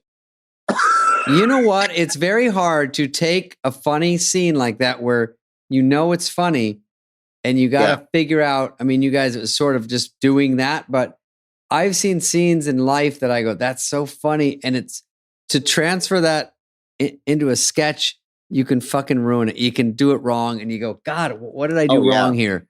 Because I know it's good. I just am not adapting it perfectly for what it should be. Something, but you got the music right. You got the look right. It was a funny hook. The song was perfect. And in the sketch, did they talk or no? No, originally they weren't meant to talk. It was just music over it. Yeah, but how long were they? How long were those sketches then? You had no verbal comedy. It was all physical. Well, we would go when Jim Carrey came on, and that was Fred Wolf's idea to add a third guy. Hey, Davey. And hey, Chris. Chris. Fred Wolf. Well, yeah. Fred just joined in. Hey. Hey, you're good. You're That's not. a good You're friend. not. You're good. You're good. That's good. You're not so good. No, that's funny. That's not so funny. He'd always walk around with a cigarette behind his ear, but he never smoked it. Hey, Chris, I don't smoke, but can I talk to you after? Chris, first of all, you're so good. It was so good. You're so fucking funny. No, it's truly really funny. I'm not just saying this. I'm not just saying this. Really funny. You were good. You're not so good. Anyway, no, it doesn't really matter. I tell Dana all the time. Dana's the funniest. I'm sorry. I told Dana he's the funniest. But you're yeah, no. I'm well, yeah. I got. You would never do something in my movie. You would never. I mean, you're so busy. I would fucking. There's no way. There's so good. And you don't know. Do you still know? This is like the greatest thing I've ever heard. It really is. Really is. I'm sorry. I just wanted to join in the party. Dana, I was thinking about the thing you said the other night. It's the funniest thing I've ever heard. That's the funniest thing I've ever heard. Do you care if I write that up? Can I write that up? Should we do it's that? ridiculous. It's the funniest thing I've ever seen. Funniest thing I've ever seen. All Fred Wolf, folks. No, I'm not just saying this. Lauren said it was the funniest thing he's ever seen. Not just saying that. Anyway. Chris, so I remember one with Sherry O'Terry getting smashed in the middle. And what was Jim Carrey just doing it with you guys? That must have been a monster one. I think I remember that. I do remember that. Yeah, that was the sketch that kind of took off. And I was listening to that kind of music, like techno music. I don't know why I liked it, but Will was like, you take care of the songs because I don't know anything about that weird, strange kind of music. You're like, all you need is one winner like that. That's one fucking song. It worked. Yeah. And did you guys, so you did a commercial of that it. one. Did you ever was there talk of a movie? Did you do a movie of that? You did Night at the Roxbury. Night at the Roxbury, absolutely. And that's why you decided how they would talk. And how did they, I mean, just they were kind of. We just sat in a room in front of John Goldwyn and we were like, he's like, so what do they sound like? who, by the way, has a lot of energy. I think he still does, probably. Probably, yeah. And very sweet guy. And he's like, so what do they sound like? And Will and I were like, we don't. We're not ready for this. I know you're like, that's you could fuck it up because you could go, my guy sounds like this, and everyone's like, uh-oh. Yeah. Well, anyway, what are we doing? Yeah. No. I thought they would be sort of Eastern European for some reason. No, that was later. We were like, do we decide? We have to decide because we're writing a script now. Like, where are they from? We don't know anything. And somebody said, like, they're from, the Brooklyn, or like, no, they're from Beverly Hills. And no, they're Eastern European, and Steve Corrin was the writer too, as well. Will and I and Steve Corrin would write it. But when we sat in front of Goldwyn, we were like, what do we say? So we went, what's up? And Will went, what's up? And Goldwyn was like, I love it. So that was it. I love it. Print it. Lunch. So Corrin wrote the movie with you and Will? Yeah. We would be at the Four Seasons while we were doing, Lauren gave us a room at the Four Seasons to write after we wrote sketches at SNL. Oh. So we wrote the script while doing the show, which probably happened a lot. And then you go to the Four Seasons in New York? This was in New York, yeah. Wow. And then when we had a week off, we go to Paramount and we go in Lauren's office. And your old friend Erin was there, and she'd like just say, okay, she'd open up the place and we go right to. And Lauren's like, I'm over here now. You saw me in New York. Now I'm in LA. Yeah.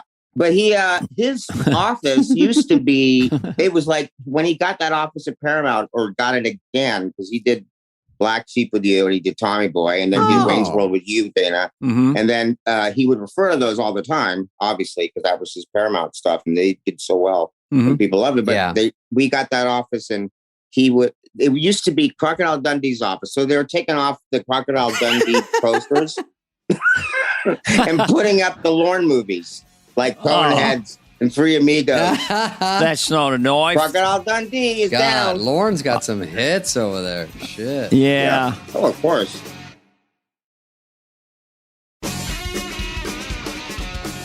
What was the great one with your brain when the dog was he smells my dog. Massive Head Wound Harry. Yes, my God, what a great fucking Head Wound Harry. We should God. show a clip of that. That was the dog. I was just writing writing. I was just walking through, but the dog, they put, I guess it was like Gerber's baby food or something on this prosthetic skull I had. To make him lick it, right? They put a little bit at dress. He was pulling it. Yeah, he fucking ripped it off. I know. And I had a Lucille Ball moment where it's like, okay, do I hold the wig on? Right. Or do I let the wig go off? But I just thought, the sketch is going so good, I'll hold the wig on so it won't become about that. Maybe it was the bad choice, but when a dog goes crazy, the audience goes crazy. So, and you go, he smells my dog or something? Yeah. Yeah, but he says he smells my dog. But he was literally pulling the thing off your head. Yeah. And that's what was so genius about it. Like, it was such a struggle for that dog. Oh, yeah. No, we fought it out. He wanted that rubber head of mine. So, and I was Dana, you're it. saying at dress, they put a little, and then they fucking overdid on air, and it went chaos. The dog Hilarious. went crazy. Dog went That's dog. what happened. So funny. That's a genius who put that on there. Did you guys ever have a sketch with an animal during your time there? I don't remember. I don't remember. I think there was a real monkey in a Mr. Peepers thing, but we didn't touch it. Shit. Was that the same monkey that Mike used for sprockets? They just had one monkey that they... Yeah, that was the one. It was under Lauren's desk, ready to go anytime. Oh, Sprocket's monkey just waiting at the station for the call in his dressing room? Yeah, exactly. What about... Yeah. Oh, you did Dancing with the Stars too. Was it too hard? I've thought about that show and I go, I would collapse so quickly. Yeah, that's a good thing to bring up. Let's Dance with the Stars. Yeah, so I was on Dance with the Stars, and it's amazing how much those dancers are like. They were so trained. I mean, they're not trained, they're like so they're just so good. They're so good, and they're so motivated. And they give you like caveats, like you get more money if you stay a week, or they get more money, something because. And they want you to have followers. You want people to call in. So those kind of shows incorporate everything that helps them. And it's actually helps you too. But those shows seem so hard because just regular, I think the training, they're so tough about, they do not want you. It's an all day event. They're just like, the more you train, the better you're going to win. You're like, I know, but I'm fucking lazy. I don't want to do this all day. Yeah, I wasn't lazy. I was in it, but it was just hard. And they were like, make me do moves that I'm like, I don't know how to do that. And I was kind of like, can you maybe like a situated so it's like not more about, but like easier for me. So I could just do a couple moves. Yeah, they trick it to where they look like you're doing a lot, but you're really not doing that much, hopefully. Yeah, it's like I can't spin like that. And like there's like Simone Biles is like doing these incredible moves and she's like a gymnast. I'm like, I can't compete with that. You know, she was on your same one. I would just quit. Yeah. Yeah. It's over. She was incredible. It was like the background had fire going on. I'm like, mine has like little snow sparklers. We should do a show sketch comedy with the dancers and bring them out and go, come on, I hit that line. No, slow down. Yeah. Pivot. You're mugging. You're mugging. Just a spray tan budget alone. I mean, it is a fun show to watch. Everyone gets to know, everyone's good looking, all the guys, all the girls. It's unbelievable, but it's turned into such a biz over there. Everything about it. Yeah, I did learn a lot about followers. I remember because I was with Whitney Carson. She's like, you got to get these followers here. I'm like, oh, is that what's going on? I did not know that was an important thing. I learned a lot about Vicodin. I mean, when you get sore, I get sore just going to the mailbox. So I go up, time for a Vicodin. I wouldn't do it, but I just picked up a kettlebell. Oh, you just have a little Tito's neat and a Vicodin. It's 10 a.m. Like a little no Tito's one cares neat. that it's a morning thing, just to take the edge off. No, a little Diet Coke. I was taking gabapentin was the thing that they gave me. Gabapentin. Yes. Never even heard of that one. Oh, Spade, you got it. That's because it's not narcotic, and that's the stuff that loosens. I don't want to get technical or scientific, but that helps. Text me off the air with I'll text the you later pill for the emoticon. gabapentin. Put that all the way across. That'll get my attention. I'll take a photograph of a pill and text you. I go to pill identifier. It's like my number one Google thing. I'm like, hey, I just found this on the carpet. Should I take it? It says 119. Yeah, they're like, that's a Tic Tac. It's got like a little horse on it. Yeah, it seems like it's within the last couple of years. It should be fine. Yeah. What do you mean it's acid? Just take it. How about you take it and we figure out what it is? All right. Yeah, that's I love being a guinea pig. That'd be so fun. Oh yeah, it's great to be the guinea pig. Yeah. Dana, where are you? Are you up north? Southern California. You are. And yeah. I did a thing, a comedy thing, and the guy was like, I got to go to this club because your son is running it. Apparently. 3-wheel.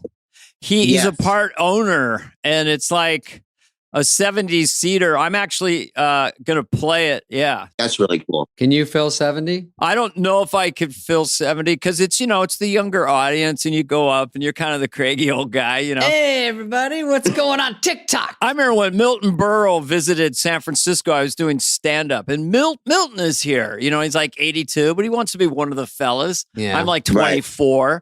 But I always loved older comedians. I always, thought they were the coolest. Don Rickles. You do stand up around local clubs and stuff?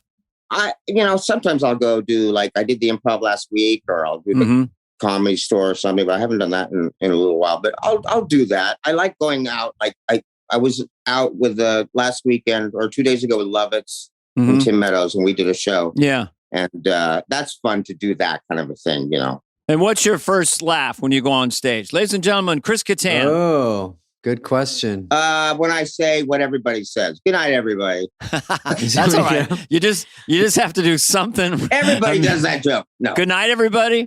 Well, thank you, Kattan. It's good to chat with you, bud.